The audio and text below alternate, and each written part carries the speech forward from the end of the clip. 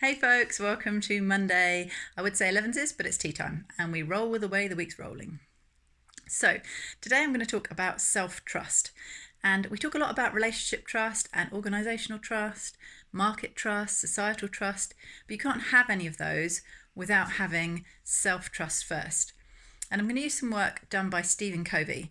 Not Stephen Covey as in the 7 Habits of Highly Effective People. This is his son, who's also called Stephen Covey, popular name. And he wrote a book called Speed of Trust, which is also most excellent and I recommend. And I'm going to use his idea of there being 4 cores in trust. And those 4 cores are made up of 2 sort of sets of things. The first is around your character, and the other is around your competence.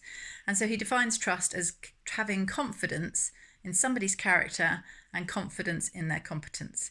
And if you think about any situation like, do you trust somebody to look after your children or do your shopping or keep a promise, you're basically going to come down to one of these 2 things, or operate on your knee. Sometimes it's more about competence than character, sometimes it's much more about character than competence. What's interesting to note is that we forgive competence errors much more easily than we forgive character errors. And we think competence errors can be fixed, whereas we don't usually think character errors can be fixed. Because we make the mistake of thinking they're intentional. That if somebody's treating us badly, they've chosen to treat us badly, rather than they've omitted to treat us well, which is fascinating. So all of these 4 cores can be learned and you can improve on all of them. So as I describe them, if you feel that you lack self-trust right now, as I describe these, think to yourself which one makes you feel uncomfortable or uneasy, or that you don't have immediately a story for to say, yes, I'm really good at that. Most people I've found tend to be really strong in one side or the other. So they're either really great on character and a bit flaky on competence. So those people might say, my team loves me, I'm really well liked and I, do the best for everybody, and yet I can't seem to get the ear of senior management. Probably a competence issue. Not that you're lacking skill, but that you're lacking trust in that skill. Likewise, you might have this person who's very successful, has all the external trappings, but is feeling some lack internally and not getting close connections with people. Again, that's a lack of the character side of trust. So they don't know who they are well enough and endorse that and value that. So let me give you a breakdown on these 4. So in terms of character, we've got integrity and intent. And in terms of competence, we've got results and capabilities. So let's take the character side first and talk about integrity. So integrity is about, I like to think of it about your values, really. So what do you stand for? Are you somebody who's quite humble? Is it more important to you to do the right thing rather than being right? This was a massive wake up for me of doing the right thing rather than being right. Really, really interesting distinction there, I think. Play with that one a little. And so if you want to practice this a bit more, practice being open, being transparent, letting people know what you think, what you feel. Practice standing for something, like what really matters to you. What do you want to leave the world having stood for? If somebody talked about you, what would you like to think that they would say you stood for? And keep your promises. It's a really, really basic one, particularly to yourself, because this is about self-trust, right? So particularly keep your promises to yourself. And one easy way to do that is not make too many. Just make important ones. Okay, so let's talk about intent. So intent, the second one of the character cores. So intent is all about what you want for other people as well as what you want for yourself. So think about here your motives. What is the end game for you? What are you looking for? Are you looking for success? Are you looking for money? Are you looking for being validated? Are you looking to be happy? Are you looking for other people to get what they want?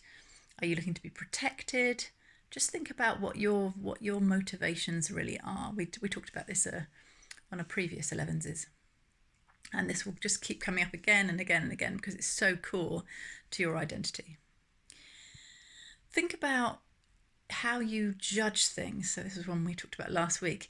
Do you choose abundance? Do you judge things from a point of view that everybody can have what they want? Or do you believe that some people have to lose in order for you to win?